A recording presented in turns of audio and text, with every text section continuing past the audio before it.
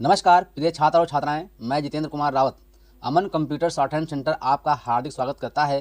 जो छात्र और छात्राएं सिंह प्रणाली शॉर्ट हैंड पूरी किताब पढ़ चुके हैं और उस किताब के मैटर की भी शॉर्ट हैंड डिक्टेशन स्पीड बना चुके हैं और उन्हें अधिक शॉर्ट हैंड डिक्टेशन स्पीड बनानी है तो संपर्क करें, क्योंकि हमने रामधारी गुप्ता की किताब में से 203 पेज डिक्टेशन के लिए हैं, जो प्रत्येक पेज में 400 शब्द हैं, जिनका डिक्टेशन 60, 80, 100 व 120 शब्द प्रति मिनट की स्पीड से 400 व 800 शब्दों पर दिया गया है। जो छात्र व छात्राएं विधिवत रूप से इन मैटरों का होमवर्क करके व्हाट्सएप पर चेक करा के अपनी शॉर्ट हैंड डिक्टेशन स्पीड बढ़ाना चाहते हैं या आउटलाइन प्राप्त करना चाहते हैं या शॉर्ट हैंड पढ़ना चाहते हैं तो संपर्क करें। मोबाइल नंबर 91 98 94 39 41, दूसरा है 700 790 52 75। अतः संपूर्ण पढ़ाई व्हाट्सएप पर वीडियो के माध्यम से कराया जाएगा। धन्यवाद। सभापति महोदय, ये शब्द मेरे नहीं हैं बल्कि राष्ट्रपिता के हैं। जो लोग आज सरकार में बैठे हुए हैं, क्या वे अपने दिल में सोचेंगे कि ये देशद्रोह शब्द बालकों को अंग्रेजी पढ़ाने के लिए राष्ट्रपिता का कहा हुआ है? आज 54 वर्ष देश को स्वतंत्र हुए हो गए हैं, लेकिन राष्ट्रपिता की इस बात पर आज तक ध्यान नहीं दिया गया है। अंग्रेजी भाषा को पढ़ाना क्यों बंद नहीं किया गया और उसको दैनिक कार्यों में क्यों प्रयोग में लाया जाता है?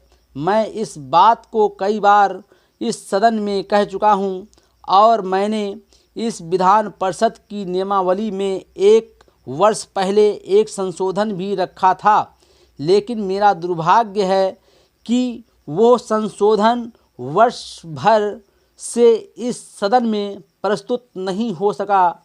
मेरी अपनी राय है कि कम से कम दैनिक कार्यों के लिए यदि सरकार अंग्रेजी भाषा पर बंधन लगा दे तो बहुत अच्छा हो और जो ये अनुशासनहीनता है वो भी समाप्त हो जाए।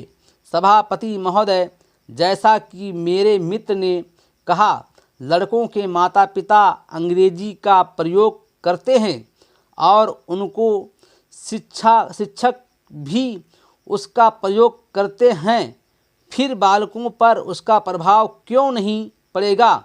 मैं उनसे सहमत हूँ कि बालकों में नकल करने की आदत होती है। जैसा वे अपने बड़ों को करते देखते हैं वैसा ही वे करते हैं।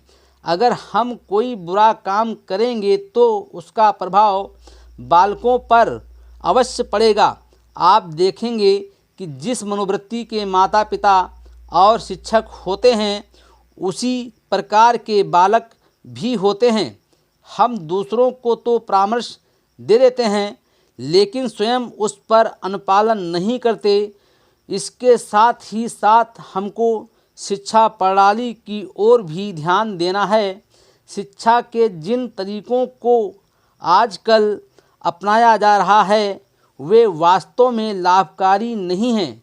सरकार की ओर से इस प्रकार का आदेश होना चाहिए कि 14 वर्ष तक बालकों को अपनी मातृभाषा में ही शिक्षा दी जाएगी और दैनिक कार्यों में भी अंग्रेजी का प्रयोग नहीं होगा। इस प्रस्ताव में अनेक महत्वपूर्ण बातों की ओर ध्यान दिलाया गया है। मैं समझता हूँ कि जब माननीय मंत्री जी इसका उत्तर देंगे तो कह देंगे कि हम बहुत सी बातों पर कार्यान्वयन कर रहे हैं, लेकिन मैं समझता हूँ कि उन पर कोई कार्यान्वयन नहीं हो रहा है।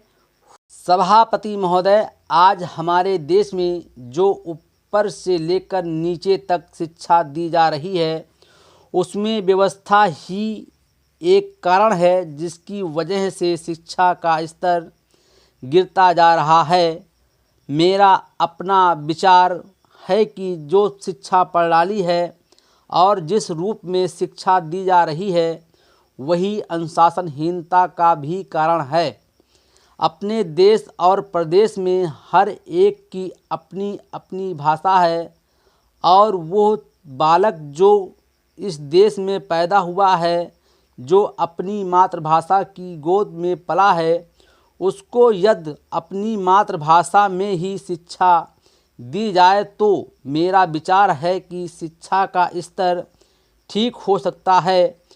जो सबसे बड़ी भूल और कमी सरकार के द्वारा दी जाने वाली शिक्षा के संबंध में हो रही है, वो यह है कि बालक की मातृभाषा में शिक्षा न देकर उसको उस भाषा में शिक्षा देने की व्यवस्था की गई है, जो हमारे देश या प्रदेश की भाषा कभी रही ही नहीं। मेरा अभिप्राय विदेशी भाषा अंग्रेजी से है। मैं यह मानकर चलता हूँ कि जब यह भाषा इस देश में आई है, चाहे वो किसी कारण से आई हो, इसे आप भी और इस माननीय सदन के सदस्य भी जानते हैं कि उससे बुरे परिणाम ही निकले हैं, कोई भलाई नहीं हुई है। इस देश को जो हानि हुई है वो किसी से छिपी नहीं है। हम देख रहे हैं कि हमारे यहाँ जितना फैशन बढ़ा रहा है और जितनी वेशभूषा बिगड़ रही है, वो सब अंग्रेजी भाषा के ही कारण है।